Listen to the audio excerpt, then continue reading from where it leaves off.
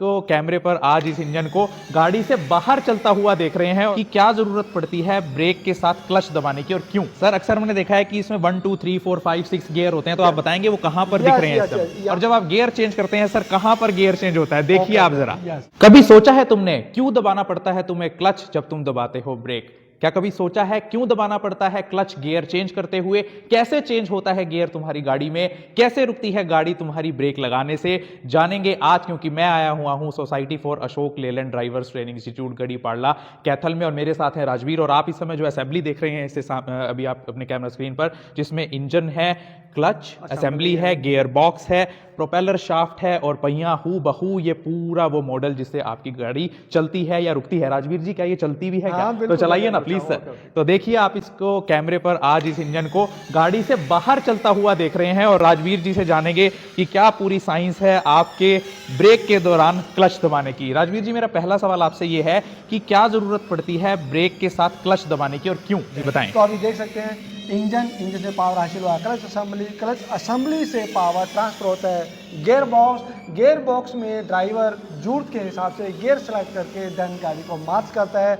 और gear box से drive propeller shaft से डिफरेंशियल से हाफ शाफ्ट से ड्रम, देख रहे हो आप घूम रहा है, ड्रम से रिम से टायर, और गाड़ी मूव करना शुरू कर देती है। जी तो हम कहते हैं ना ब्रेक लगाने से पहले क्लच जरूर दबा लेना चाहिए, तो फ्री कर देती है, मतलब आप ये कहना चाह रहे हैं क्लच। तो वो बताएं कहाँ होता है? और यहाँ पर अगर देखें हम, जैसे ड्राइवर क्लच पैडल को ऑपरेट करता है, ये रिलीज बैरिंग है, देन रिलीज बैरिंग मूव करके ये टॉगल लीवर आ जाते हैं, टॉगल लीवर को अंदर की तरफ प्रेस करता है, टॉगल लीवर अंदर जाने से जो हमारा प्रेशर प्लेट है वो पीछे आ जाता है, प्रेशर प्लेट पीछे हटने से क्लच प्लेट का जो रिलेशन है फ्लाईव्हील से कट जाता है, जिससे इंजन की पावर केवल इंजन तक ही लिमिट कर जाती है, वो ट्रांसफर गियर बॉक्स में नहीं। जो मैं समझ पा रहा हूं कि गियर बॉक्स और इंजन को जोड़ने वाली जो असेंबली वो है क्लच असेंबली, और जब आप ब्रेक लगाते हैं तो इसको गियर बॉक्स से फ्री करने के लिए या दोबारा जोड़ने के लिए ही इस्तेमाल क्लच असेंबली का होता है। और जब आप क्लच दबाते या छोड़ते हैं तो ऐसे केस में ये देखिए, ये इंजन, ये गियर बॉक्स और ये clutch assembly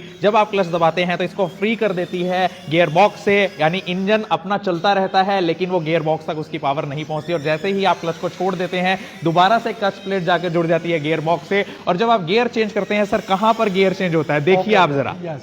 driver gear lever से जैसे गियर को सिलेक्ट करता है, देन ये आ जाता है सिलेक्टर मैकेनिज्म। सिलेक्टर मैकेनिज्म के माध्यम से शिफ्ट स्टार्ट 4 के द्वारा सेलेक्ट किए गए गियर के प्रोजेक्शन के साथ मैच हो जाती है, देन उसी गियर की ड्राइव को प्रोपेलर शाफ्ट के माध्यम से आगे पास होता है। सर अक्सर मैंने देखा है कि इसमें 1 2 3 4 5 6 गियर होते हैं, तो आप बताएंगे वो कहां पर दिख रहे हैं? यहाँ पर देख सकते हो रिवर्स गियर आ जाता है, ये फर्स्ट गियर आ गया, second gear, third gear, fourth gear, fifth gear, then ये आ जाता है सिक्स्थ गियर, जो सबसे स्पीड में चलाती है। तो ये क्या फर्क हो जाता है कि जब हम 6th गियर पे ले जाते हैं तो गाड़ी तेज चलने लगती है? ऐसा क्या साइंस है यहाँ पर? इसमें क्या होता है, जो गियर रेशो होता है टीथ के आधार पर वो तैयार किए गए हैं।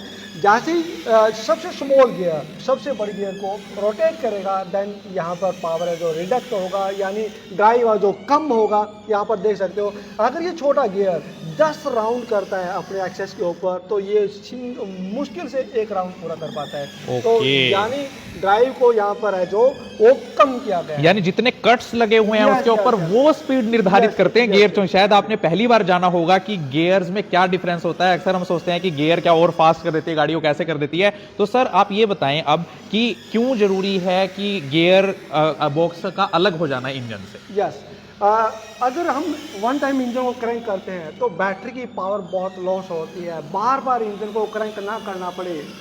वन टाइम जब इंजन को क्रैंक करते हैं, कंटिन्यू वर्किंग में रहे, तो इस करके क्लच को हम दबा लेते हैं, ब्रेक अप्लाई करते हैं। अगर ब्रेक अप्लाई करने के साथ साथ क्लच को अप्लाई नहीं करते, देन इंजन बार बार शट डाउन होता है। तो आप ये देखिए, प्रोपेलर शाफ्ट जो अल्टीमेटली गियर बॉक्स से आपके इस डिफरेंशियल को जोड़ती है वो प्रोपेलर शाफ्ट है। तो बताएं सर, ब्रेक कहाँ अप्लाई होती है और ब्रेक शूज जरा दिखाएं एक बार। फाइनली जब गाड़ी को हम रोकते हैं, ये देख सकते हो आप, ये ब्रेक शू आ जाता है, ये ड्रम आ जाता है। जैसे ड्राइवर ब्रेक को अप्लाई करता है, देन केम है जो शू को बाहर एक्सपेंड करेगी। केम अगर शू बाहर एक्सपेंड होगा, देन ड्रम को होल्ड कर देंगे, ड्रम के साथ रिम आ जाता है, रिम के ऊपर टायर, गाड़ी रुक जाता है। जी, इंजन होगी, क्लच असेंबली होगी, गियर बॉक्स होगी, प्रोपेलर शाफ्ट हो गया, डिफरेंशियल हो गया। तो इस पूरे सेटअप को हम कैसे यूज कर सकते हैं इसके बारे में जान के, कि रोड सेफ्टी में ये काम आए, एक्सीडेंट्स कम।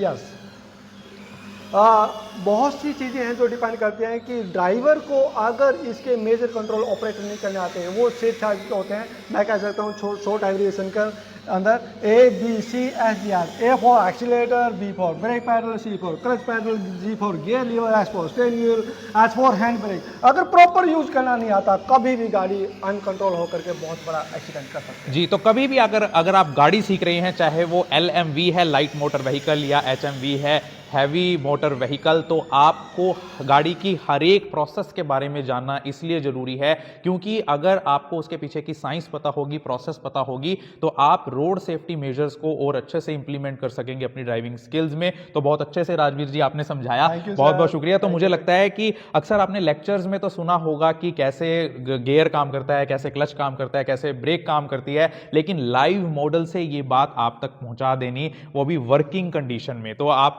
कभी भी गाड़ी को चलते हुए उसे खोल कर नहीं देख सकते हैं, लेकिन यहां पर हम देख पा रहे हैं। और आज मेरा भी डाउट क्लियर हुआ सर कि कैसे गियर चेंज होने पर स्पीड बढ़ जाती है, क्योंकि जो उसके अंदर के कट्स हैं वो जितने बारीक होंगे उतनी स्पीड।